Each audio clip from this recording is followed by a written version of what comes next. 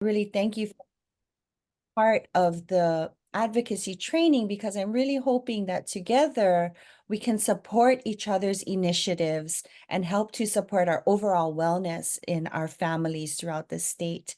So that's what we'll be looking at. And I just thank you all very much for being here and being present with us. Mahalo.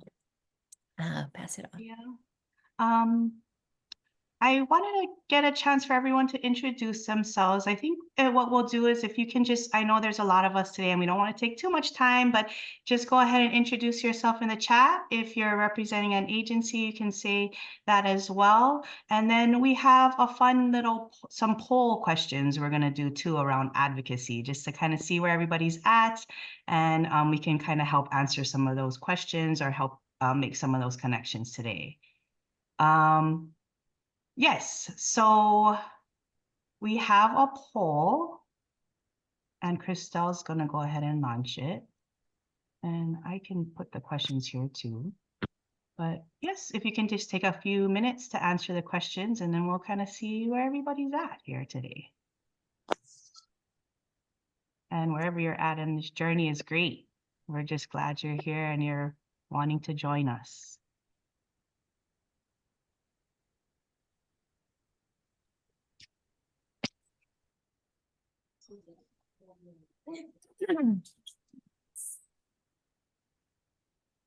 Yeah, that's my special BG bullet. No talking. Were you just putting it up there because I know it away?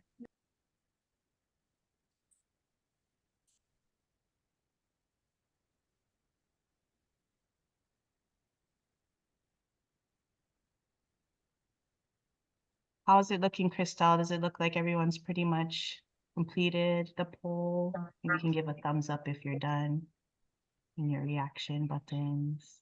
It looks like they're almost, yeah, it looks like most of them are done. Okay, give like one more minute then.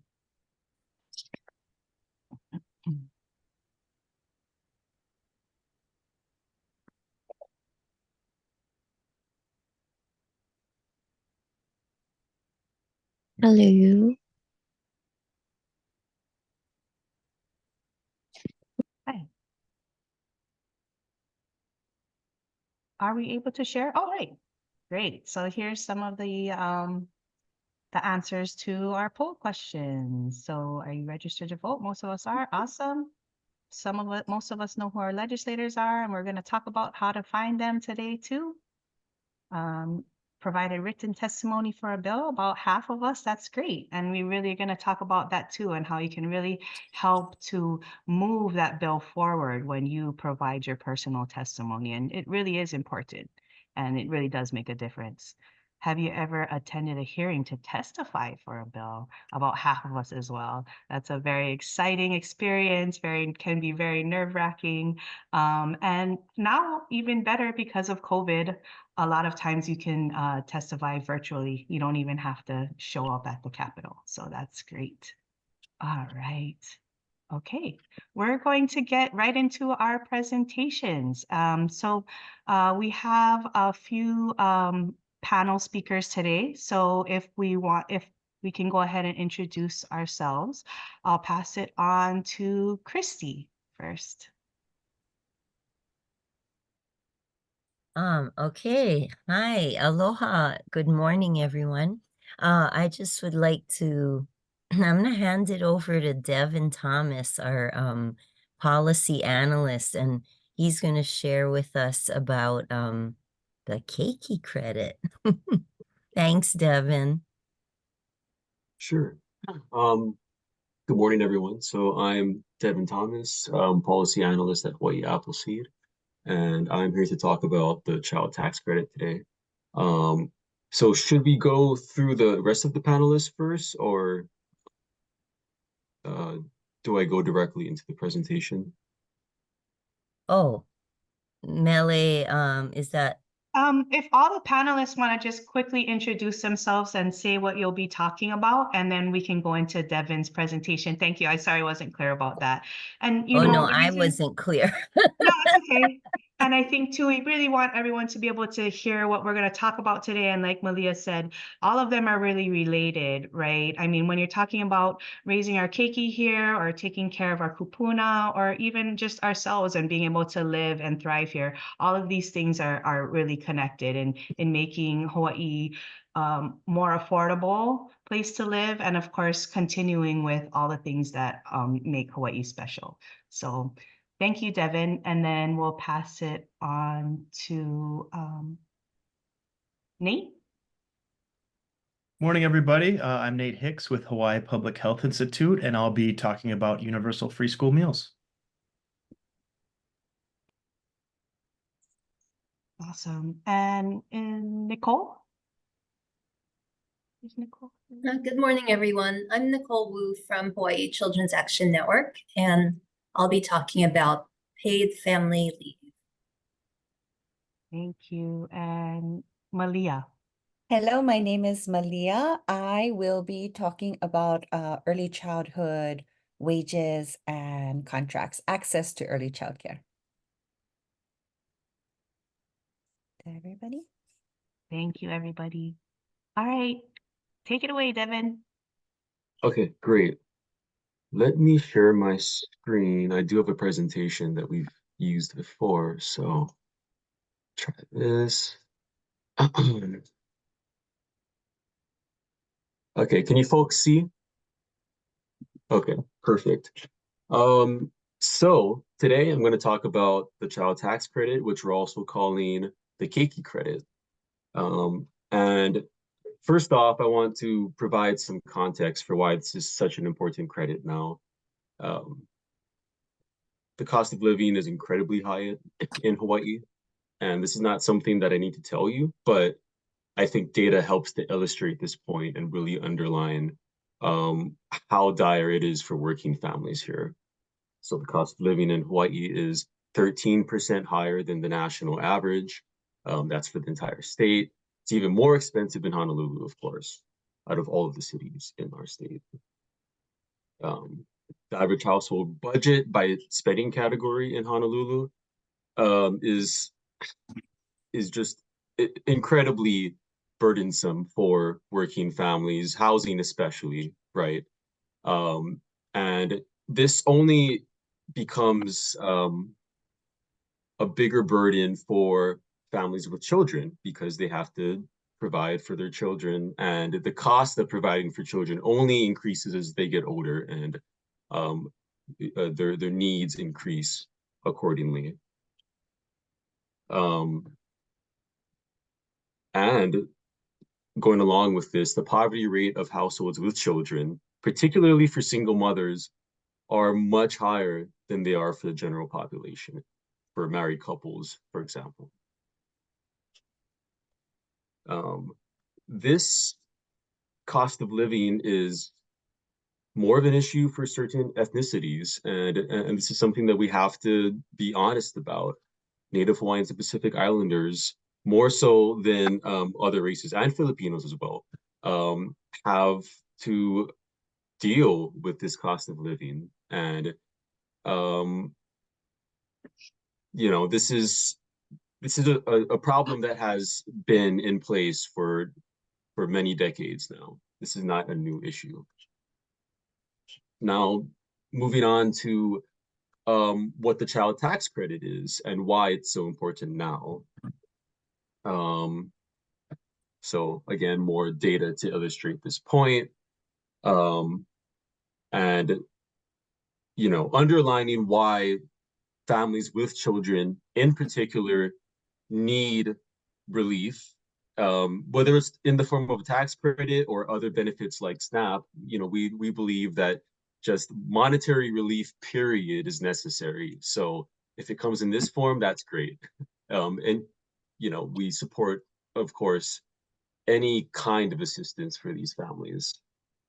There is a federal child tax credit. So the child tax credit is basically, you know, a tax refund that is given to families for each child in their family under the age of 18.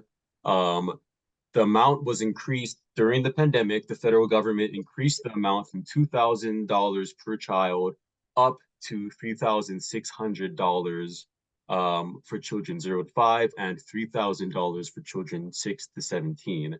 And this kept 2.9, so almost 3 million children out of poverty for that year, which was unprecedented. And for obvious reasons, such a huge accomplishment for the government. It works. Like this credit has a tangible impact on people's lives. It puts money back in people's pockets that they can use to pay for housing, education, childcare, the whole 9 yards, right? Unfortunately, the expansion of the federal child tax credit expired.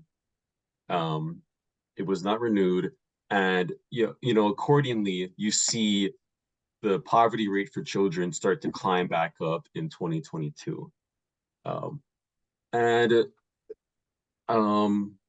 This is where state level child tax credits come in, because 14 states, to help fill this gap, created their own state child tax credits to complement the federal credit. So we're hoping to make Hawaii the next state with its own state child tax credit that can help lift families out of poverty. So you can see sort of the spread of some of these states in 2022. What we're looking for is a refundable child tax credit as well, which means that even if families have low tax obligations, they can still receive the full amount of the credit. So, say if a family, is owing close to $0 in tax credits, but they are, they qualify for, say $1,000 or something, they would be able to receive that full amount, which is the big upside of refundability. So this year, what we're trying to do is introduce a state child tax credit yet again, and this child tax credit will be worth $650 for all children 0 to 17, phases out above incomes of $40,000 up to a maximum of $115,000. So it's not quite as big as the proposal that we had last year, but it's still a great start, and we just want to get something in the books that we can build on for future years. So to get involved, we would be thrilled if any of you would be interested in joining our KIKI Credit Working Group, which we've started convening recently. If not, then we would be overjoyed if you would submit testimony in support of the child tax credit going forward. That's something that I would be more than happy to keep you all apprised of. If you want, you can reach out to me as well for questions after this. But really, we just need people to submit, whether it's boilerplate testimony on why the child tax credit is good. That's one thing. And if folks have personal stories that really drive home this point, that's even better. And that's what we really think is impactful and drives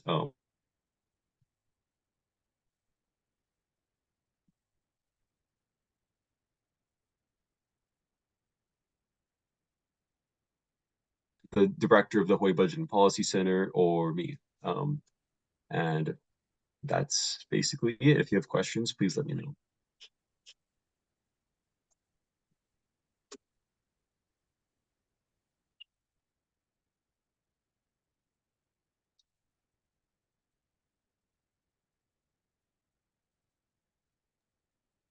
Thank you, Devin. Any questions for Devin before we move on?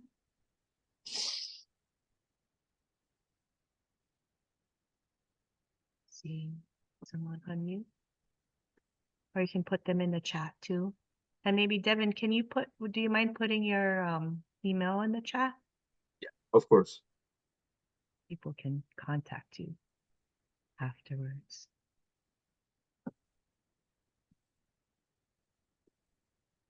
All right.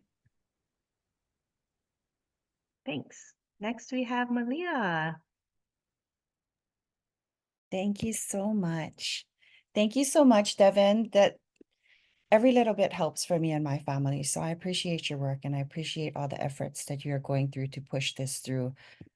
Like I said, it's hard economically. So thank you. Hopefully my screen is up and you guys are seeing the presentation screen and not the presenter screen. You give me a thumbs up if you are. Okay, great. Thank you so much. So, like I said, my name is Malia Suchia, and I will be presenting to you about early childhood access and equity. And really, what these policy priorities are aiming to do is to increase access and availability of spaces, affordable access and availability to spaces for our populations within Hawaii's 2024 legislative priorities. Okay, so we're going to go through this and an introduction, give you a little bit of background. Subsidy and bonus bill is one of our first priorities, and our second major priority during this legislative season is classroom contracts. We'll also then look at the committees that are going to be hearing these bills, and as well as just make a note of the different legislators that we might want to keep in our scopes as we move through legislative session. So first, just a little bit of background before we get into wage and subsidy is that presently we have capacity for about 20 to 30% of children from 0 to 5, and that leaves about 70% of our families in a space where they can't find childcare, or at least cannot find affordable childcare. And so we've heard about, public pre-K expansion and these different efforts, which are really great, but we're really finding that one of the major barriers are low wages, and programs are having a really hard time just staffing. And there have been a number of programs that have shut down, not because of a lack of demand, but a lack of staffing. And so this wage and subsidy bonus is what it's called, aims to increase wages for childcare providers. And childcare providers, according to a RAND study, make between $12 and $17 an hour. And that's about $10 below the living wage in Hawaii. So what this does, again, is to increase the wages for our direct service providers so that they can have make a living wage, well, move towards making a living wage, and be able to staff our program so that our children and families have access and availability. So this would be a program that's administered by the Department of Human Services. Just a little bit, 12 or 13 to $17. 20% of the childcare workforce has left in the last 4 years, and this was from the Center of Child Care and Education Studies. And like I said, there's only about 30% of our families can receive care, and it's really expensive. So the problem with that is when there is a high demand and a low supply, prices tend to go up as well. As I said, low wages are cited as a primary barrier for recruitment and retention. But beyond that, we really want to help increase access because the brain develops from 0 to 5, does 80% of its growth in that time. And we really want to be able to capitalize on this time of exponential growth and give our children the best opportunity to get their best footing, like their brains are growing, like they're never going to grow again. And we really want them to be able to access quality experiences, and we need the staff to do that. Without pay, we're not going to get the right staff. And so that's just a fact of the matter. And I thought this was really interesting with the first 5-year fund is that return on investment is 4 to 9 times for every dollar. And so we're talking about savings in a number of different areas, from incarceration, from counseling, all kind of negative impacts that we create protective factors and increase positive returns in regard to education and wellness to 4 to 9 times. So I think, that's meaningful. The next priority that we're going to be looking at is classroom contracts pilot. And what this aims to do is that within Hawaii, we have a large number, and we'll have even more, but we have a large number of families that can apply and be eligible for childcare subsidies. And what this means is that those families within a certain income range will be able to qualify for supports to help to pay for childcare. Again, we're talking about a limit in supply though. And so what the classroom contracts pilot does is it literally does that. The DHS will put out a request for proposals, and programs will be able to enter into contracts with DHS that will allow DHS to pay for the entire classroom. So now programs are not um, kind of at the burden of ingoing and outgoing and fluxes in income, and this stabilizes them in their overall economics and potentially allows them to increase wages. So this is also the model that Head Start uses through their federal contracts. In Hawaii, again, it would be administered through the Department of Human Services, and it is initially scheduled as 4 pilots. So it's just 4 classrooms, 1 in each county, but at least to get started and just collect some data on, it's not a big ask, so we are hoping that it can go through. And if we can get the data from these pilots, then hopefully that can extend to the broader community, because what's happening is that in context from last year, a program called Preschool Open Doors, their income eligibility requirement or limits have increased to 300% of federal poverty level, which gives a family of income of about 105,000. And they could still qualify for these preschool subsidies. But if there's no programs and there's no workers, what's the good of a subsidy? So we're really trying to stabilize these programs, and contracted slots or classroom contracts is one method that has been shown to be successful to do that. So create a steady supply of spaces, creates stability for the programs. And so we're really hoping that this will go through. And again, it's not a big ask, so we're hoping that everybody can support this one. This is of note because, as I said, these programs would be administered to the Department of Human Services. And these are the 2 lovely ladies who will be chairing the hearings for these bills. So Senator Joy San Buenaventura, you can see her information there. She's out of the Puna district on the Big Island, and Representative Lisa Martin. And so these would be in particular people that we would want to contact during legislative session to get our voices heard through these chairs and these committees. And especially so if you have any friends or family in the Puna district or in Waimanalo or Kailua, to be able to call them and say, hey, I live in your district and there's this bill. I'd really love for you to, support. The next one that we have, who has been a really great, Woodson has been a really great supporter of our childcare priorities, and Senator Kidani. So these bills, particularly the classroom contracts, will also be heard by the education committees. So again, if you're in Mililani or Kahului Maui or have friends and family, these would be 2 people that we would want to stay in special contact with throughout the session. And last but not least, these guys. So these are the money guys. This is the Donovan Dela Cruz, Aramuyeli Lani Wahiwa, and Kyle Yamashita. And at the end of the day, if we get it all through human services and we get it all through education, we get it through, everywhere we wanted to get it through, it comes down to the money guys. Are they going to approve it for the budget? So at the end of the day, or at the end of the session, throughout the session, these are the 2 people that we would really want to maintain constant contact with. So if this is something, so if these priorities is something that you feel like you could stand behind, I would especially encourage ongoing communication with these two legislators. Yeah, so that about covers it. So if you have any questions or comments, I'm happy to take any questions or comments, and also offer any resources if you feel like you have any questions or you'd like more data or anything like that. And then of course I gotta send it back to HCAD because I'm a big fan of HCAD. You know, they support not just one priority, but all priorities. They support families. And on HCAD's website, they have a little take action tab, and you can get alerts on all these different priorities. So I did want to send you over to them.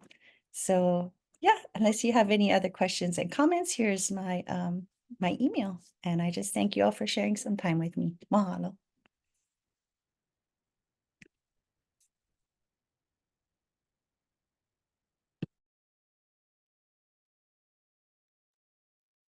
Thank you, Malia. Next, we have Nate. High five. Hey, everybody. Let me do this here. Okay, great. Yeah, Nate Hicks here with Hawaii Public Health Institute talking about universal free school meals. As we all know, there are several tools for success, right? For a student to have success in the classroom. We need teachers, we need classrooms, books, notebooks, computers, and these things are generally provided by the schools. Unfortunately, healthy meals are oftentimes not. A crucial aspect for anybody's success, whether it's in the classroom or at work. We all know how important having a healthy meal is. And so who actually qualifies for free school meals currently? It's a federal program, and this is just an example for a family of four. Currently in Hawaii, roughly for a family of four, you need about $110,000 to make ends meet in Hawaii. If you make up to about $45,000 currently, you are eligible for free school meals. Unfortunately, though, you only also get reduced price meals up until about $65,000.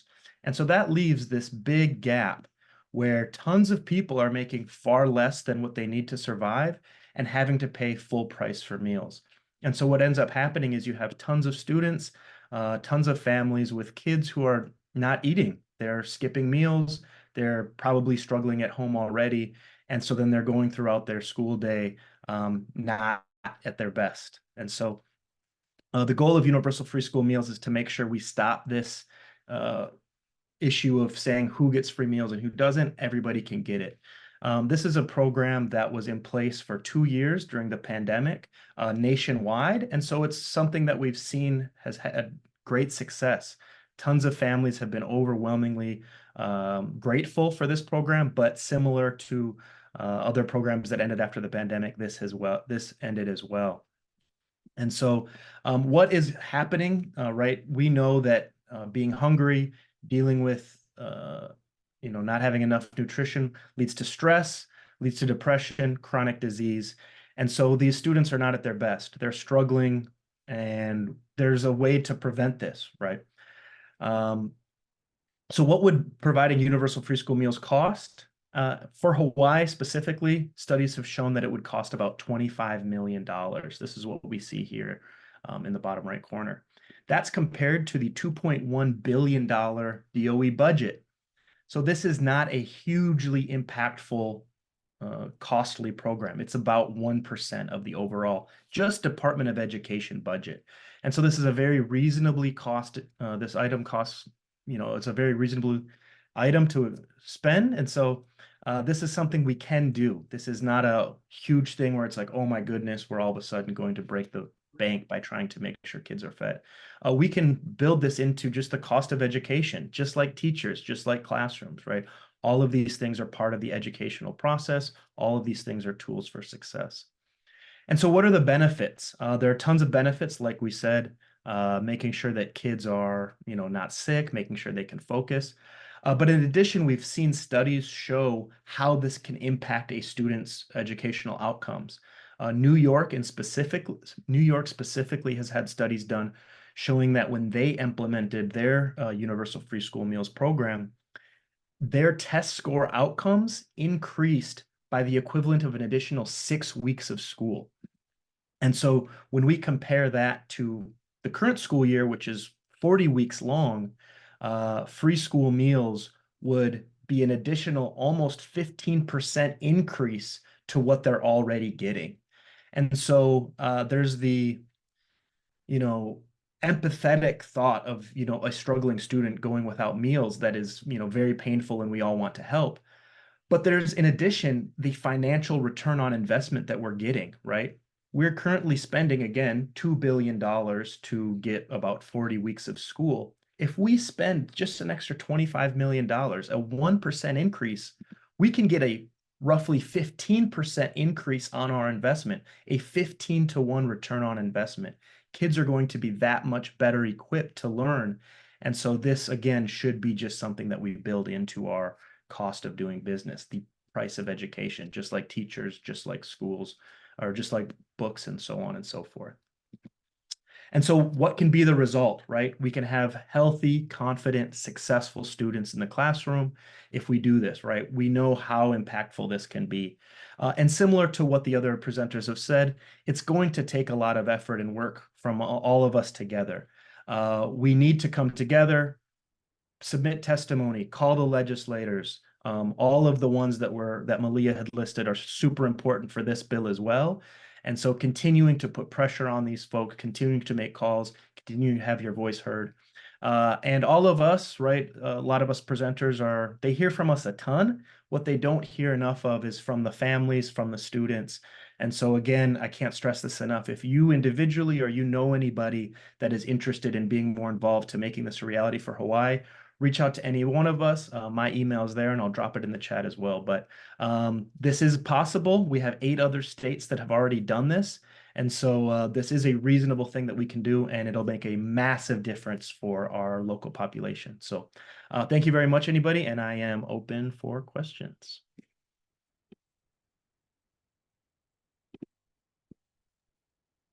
Hi, everyone. I'm Nicole Wu from Hawaii Children's Action Network. And I just wanted to thank Nate for that call out about how important it is for legislators to hear your stories. I know we're throwing a lot of information at you. You don't need to be an expert in any of these topics in order to testify to the legislature. The most important thing is that you tell them what you need, because they work for us. And so we're providing you with a lot of background so that if you want to learn more about these topics, you can, but don't feel like you need to be an expert at all.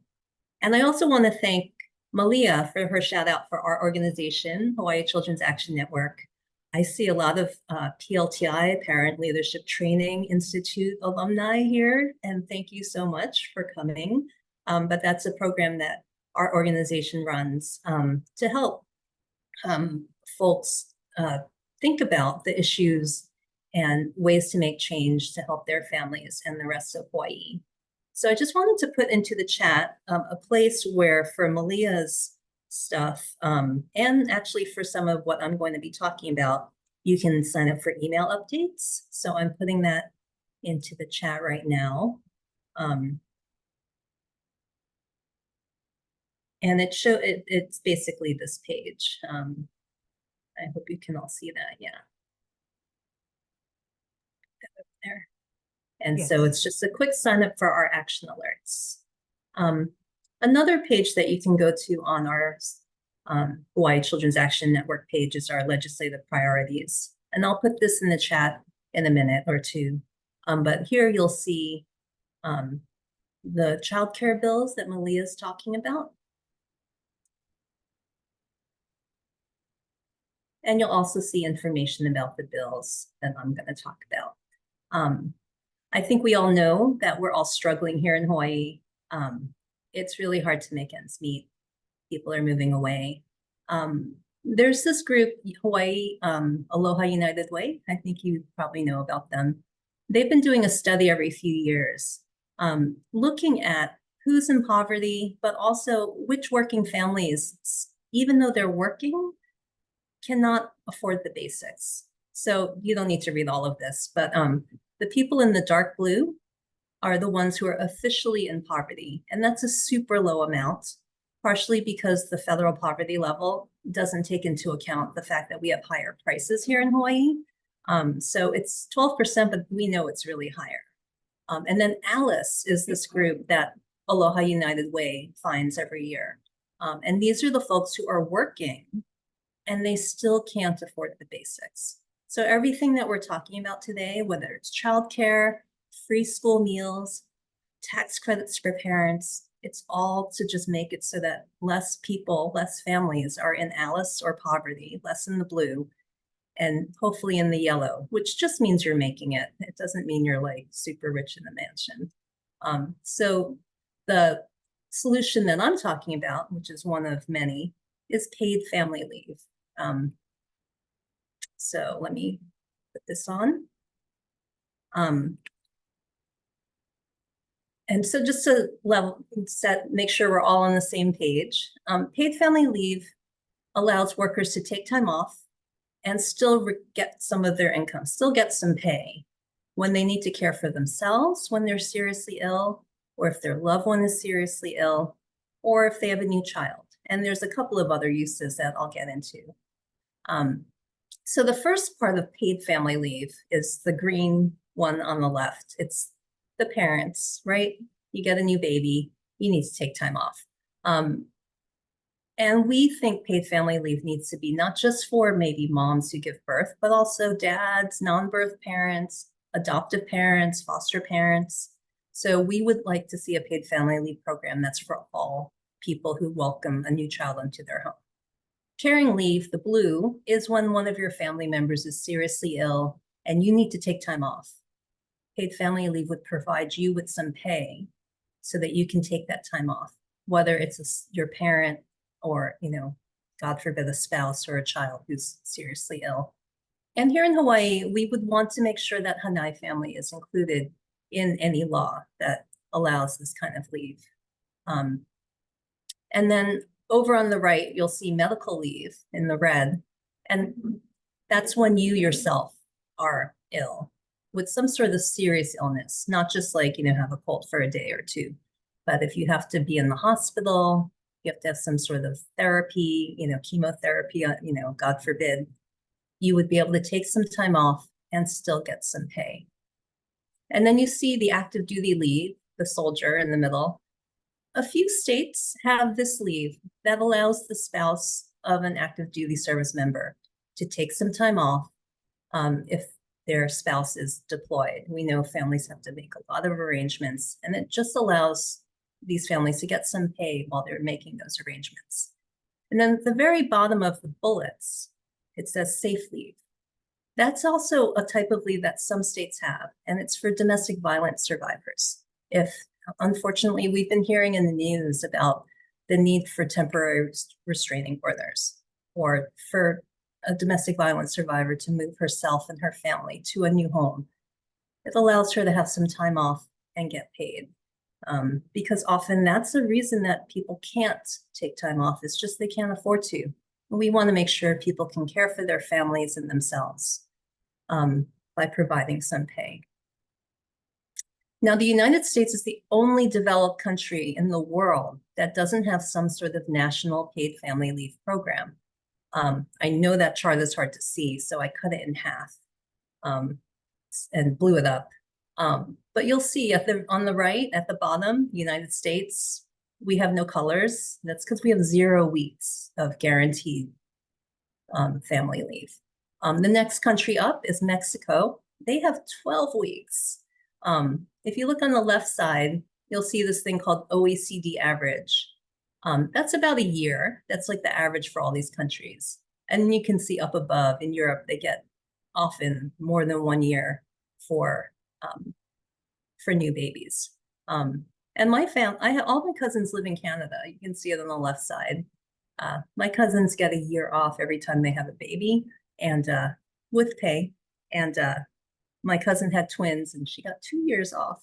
So we are far behind all these other countries where they really value parents by providing programs like this.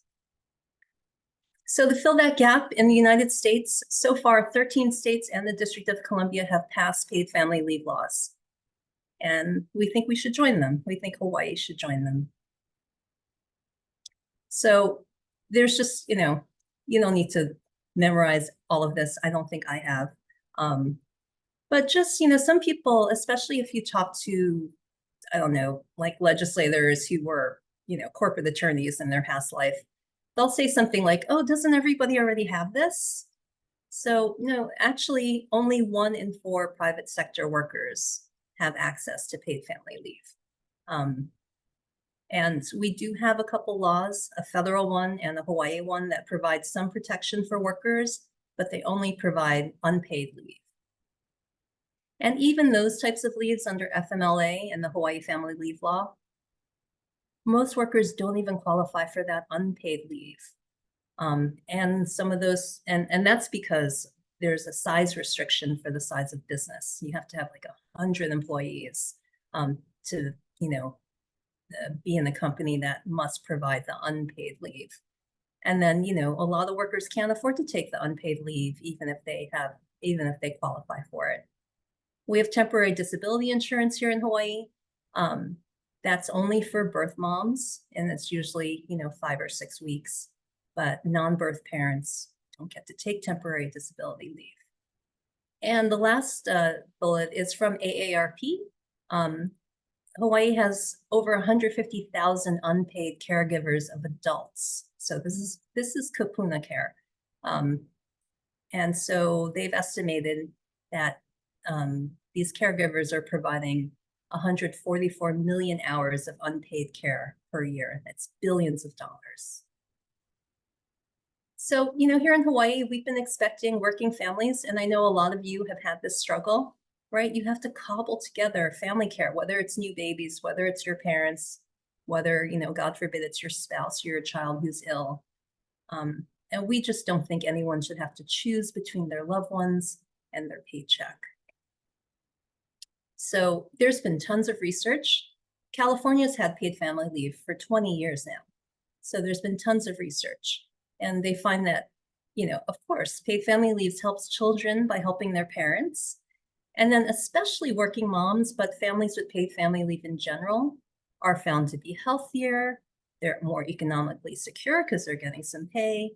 The working moms are more likely to stay in the workforce. And there's less need for public benefits because they're getting some pay. And more, the business community is learning that this is good for businesses. So these are just a couple of business publications that have headlines and articles about how important it is. And that's because, we're parents, we're daughters, we're spouses, and we're also workers. And we have to find a way to balance all of that. And so for businesses, it's good when their workers can keep their families together and not struggle and stay healthy. And that's what paid family leave does. So there's been research into businesses, and it finds that when employees have paid family leave, they're more productive because they're not struggling as much, which increases the profits of the businesses. And they're more loyal, right? They're not searching for some job that has better benefits. So the businesses save on the turnover costs. And if we have a statewide program, which is what we're hoping to pass, that helps even the playing field for small businesses, because right now the big businesses, they can afford to kind of provide this already. And, my organization is a small nonprofit. We have lost some workers who've gone to larger employers who have better benefit packages. So it's the small businesses that need this the most to help them provide a benefit that the larger employers are already providing. And then the same thing kind of like at the state level, all of the West Coast has this now, Washington, Oregon, and California, and a bunch of other states. So, when couples are getting job offers and, if they get a job offer in California versus Hawaii, and they know they want to start a family and they know they can get, a few months off paid when they have a child, both parents, this might tip the scales in the job offers. So we want to make sure that Hawaii stays competitive, and paid family leave is one way to do that. So how does this work?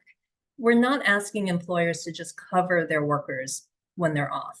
We're thinking of a state-run program, kind of like Social Security or Medicare, where little payroll deductions go into a fund.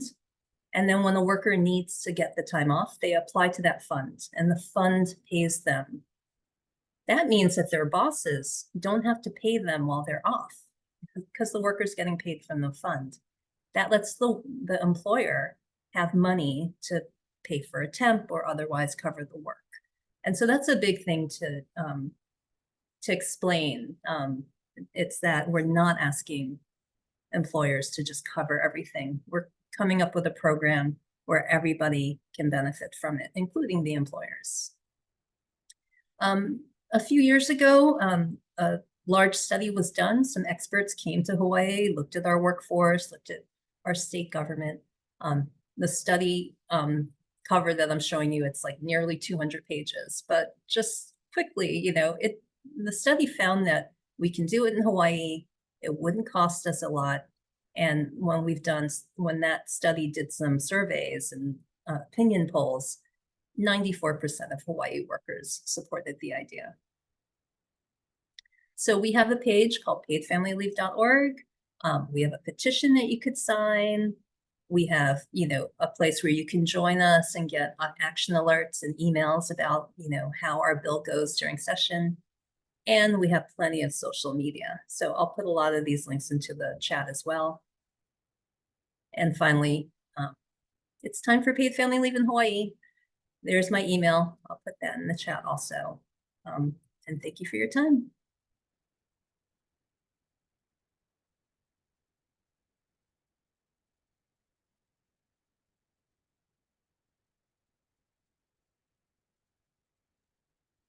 Thank you, Nicole. We're going to share a quick video. I know Nicole had mentioned the Alice families, and so we just wanted to quickly share a little bit more about what that's about and how it's affecting Hawaii's families. And then we'll go into a quick break.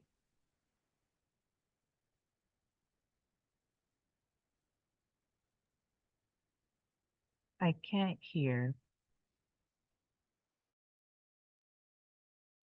Sorry, let me put on the sound.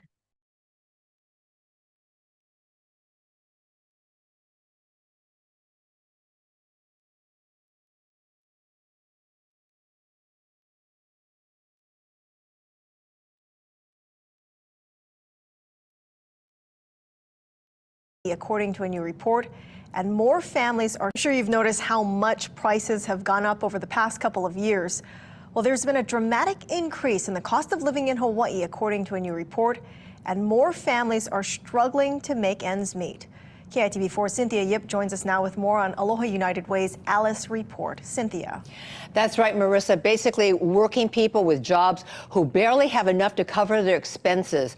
The major difference in this recent Alice report from last is a big change in the household survival budget for these families. These families are one crisis away from falling into poverty. The Alice report focuses on Hawaii families who live paycheck to paycheck. ALICE stands for Asset Limited, Income Constrained Employed. Basically, working people with jobs who barely have enough to cover their expenses. Really surprised to see the percentages that had gone up in just a couple of years, including for a family of four, that 18% increase in household essentials, never mind any other expenses. So that was really a part that we have not had updated information around how household expenses for true essentials, rent, childcare, transportation, are increasing really year over year and making Hawaii less affordable for its residents. The report shows the estimated annual cost of household essentials for a family of four rose from $72,000 in 2015 to $104,000 in 2021 before tax credits are applied. Tax credits help decrease costs for a family of four by $18,000. And this advice from AUW, file your taxes, especially for families who didn't file before. You might actually get money back because of these expanded tax credits. The ALICE initiative hopes these findings will help policymakers improve conditions for struggling families, especially if we want them to call Hawaii home. Reporting live from the studio, Cynthia Yip, KITV4 Island News.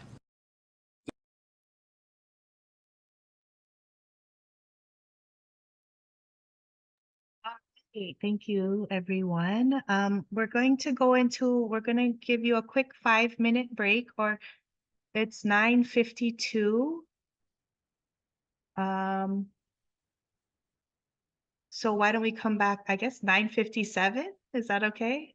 And Malia's gonna talk more about how now you can get involved at the state level.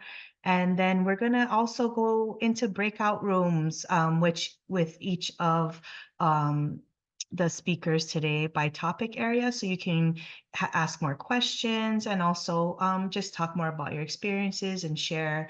So more to come, but we'll see you in 5 minutes. I'll come back at 9:58. Okay, thanks everybody.